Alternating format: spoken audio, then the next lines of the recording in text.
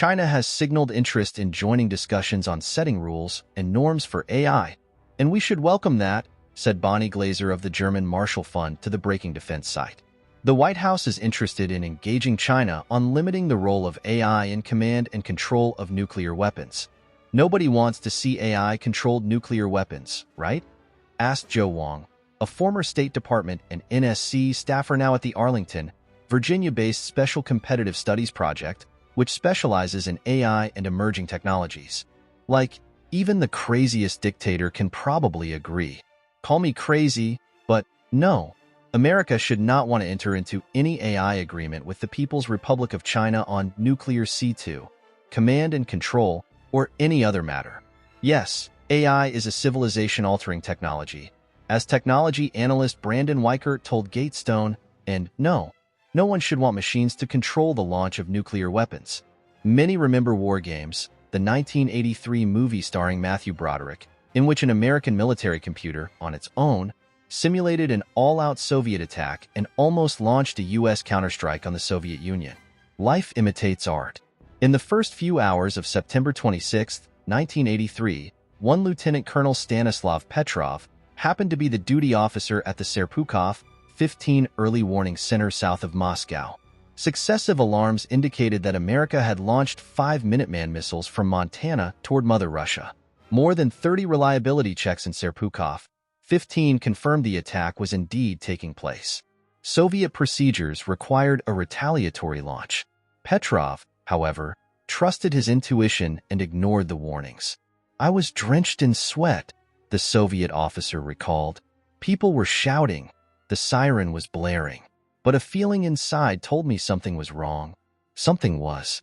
As it turned out, sensors aboard the Cosmos 1382 satellite misinterpreted sunlight bouncing off the tops of clouds as incoming missiles. A human's instinct, what Petrov later called a funny feeling in my gut, saved a good portion of humanity from incineration that day. An AI-controlled system in this situation would have launched what it thought was a counterstrike on the American homeland, but in reality would have been a first strike. As advanced as AI technology is, it is not possible to include gut feelings in algorithms. Nonetheless, just because something is absolutely necessary does not mean there should be agreement to accomplish it. An agreement requiring a human to make launch decisions would, as a practical matter, be unenforceable. None of China, Russia, or the United States would allow others to pore over millions of lines of their computer code and permit foreigners to remain at their facilities to vet updates, for instance. America does not need another feel-good agreement with China. It already has them, especially the Biological Weapons Convention, which has no enforcement mechanisms. China's solemn obligations in that pact did not prevent the regime from maintaining a string of biological weapons facilities, including the Wuhan Institute of Virology, and deliberately spreading COVID-19 beyond its borders.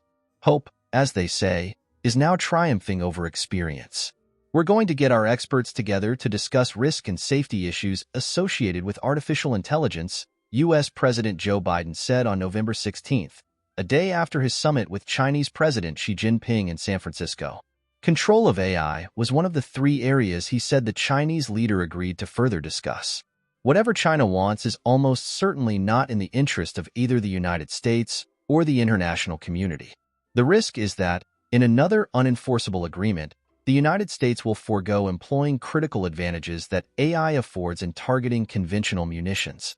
Because autonomous systems will soon dominate warfare, AI rules will be the 21st century equivalent of agreements controlling nuclear weapons, Hamlet Youssef, managing director of Irongate Capital Advisors, an investor in dual-use defense technologies, said to Gatestone. Whether we like it or not, the world is witnessing the rise of the machines. The prospect of killer robots is chilling, even for those who have not seen any of the Terminator movies. But such horrible devices, like nuclear weapons, cannot be legislated away. Many may feel that it is unfortunate that humanity has made ghastly creations possible, but agreements with inherently untrustworthy regimes, such as China's, will not remedy the situation. The Chinese regime wants to talk about artificial intelligence largely because it is trailing the U.S. and thinks an agreement would help it catch up. Weichert, also author of Biohacked, China's Race to Control Life, points out that an AI agreement with Beijing would pave the way for China to access the U.S. technology it does not already have. China doesn't do anything for free. They're going to want America to ease restrictions on access to advanced semiconductors, Youssef states. As Weichert says, the U.S. retains a technical lead in chip design over China, giving it decisive advantages in the near term.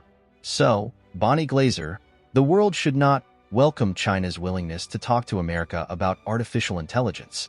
Washington elites may not be able to see this, but China's gambit, in common parlance, is called a trap.